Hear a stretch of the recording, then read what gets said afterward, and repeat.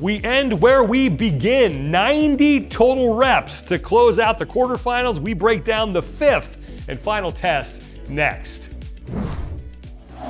Hi everybody, welcome inside the Talking Elite Fitness Studios. Sean Woodland with Tommy Marquez. We are now on the third and final day of quarterfinals, just one test.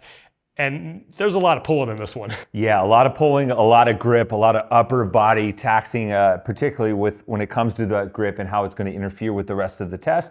But given all the tests that you've had to do so far, there's no choice but to stomp the gas, and hopefully for some of these athletes, it's going to be the deciding factor whether they make it on to semifinals. And I mentioned at the top, we're going to end where we begin. The first test, test 1 was 9:15:21. Test 5 is 21:15:9. You have deadlifts where the weight will increase, and then you have chest to bar pull-ups, bar muscle-ups, and rope climbs, 15-minute time cap there.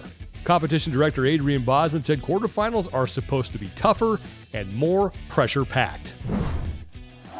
This stage of the season, kind of philosophically, it's the first real stress test that the athletes face on the highest end of competition. In the open, you get plenty of time to put your best foot forward and take lots of time to get it right under the conditions that you like. The quarterfinals compresses that in all areas. You have less time, there's more on the line, and everything is a little bit more difficult. So that's really the theme. And when you look at the rep scheme, it's compared to the first test, pretty clear that Boz had a theme in mind as far as how he wanted to start and finish this thing. Yeah, some very interesting bookends for this quarterfinals this year, particularly with what I would call a weightlifting and variable gymnastics couplet. Obviously, you know, the two components are weightlifting and gymnastics, but the gymnastics changing each round adds a little bit of nuance to it. I think allows you to kind of provide more skill components to the mix.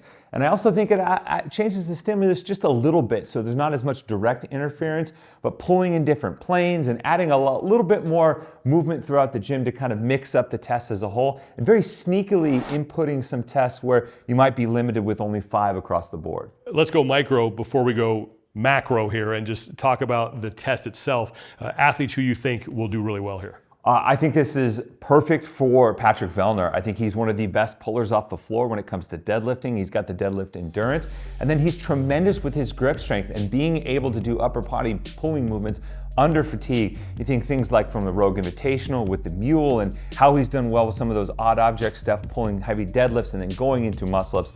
This is custom made for him. And I think this is another opportunity for Brooke Wells to show some improvement. We know how strong she is with the deadlift. We know how strong she is for reps with the deadlift. But I think she's very sneaky good at some of those components like chest to bar pull-ups, maybe bar muscle ups. And I don't think the rope climb is going to give her much trouble. So this is another step in her progression to maybe proving that she's podium ready. And when you look at these 5 tests in total, who do you think has a really good opportunity to make a statement in his or her region over these next couple of days? Yeah, I'm gonna go for 2 different angles here. I'm gonna start on the women's side, and I think it's ELLIE Turner. I think this is an opportunity for her to really step to the forefront of the Oceania.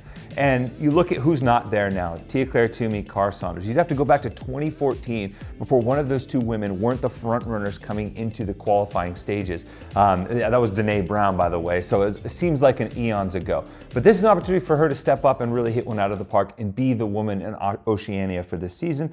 And then in a stacked Europe field, I think this is a great opportunity for Fabian Bonito. He is someone that has been trying to break through to the games. He had a really good result in Dubai, kind of raising some eyebrows by winning that. I think this could be a continuation, giving some of the tests that we're going to see, like Event 3, that's high power, high explosive output, that kind of fit in his wheelhouse, for him to start to stake a claim in what's going to be a very, very deep Europe field. Good luck to everybody taking on the quarterfinal tests. And if you haven't already, you can watch our videos breaking down days 1 and days 2 of quarterfinals. And you can also support us on Patreon. The time cap with Tommy is available now. That'll give you all your fitness headlines in 60 seconds. Thanks so much, everybody, for watching. Good luck with the quarterfinals. For Tommy, I'm Sean. We'll talk to you next time.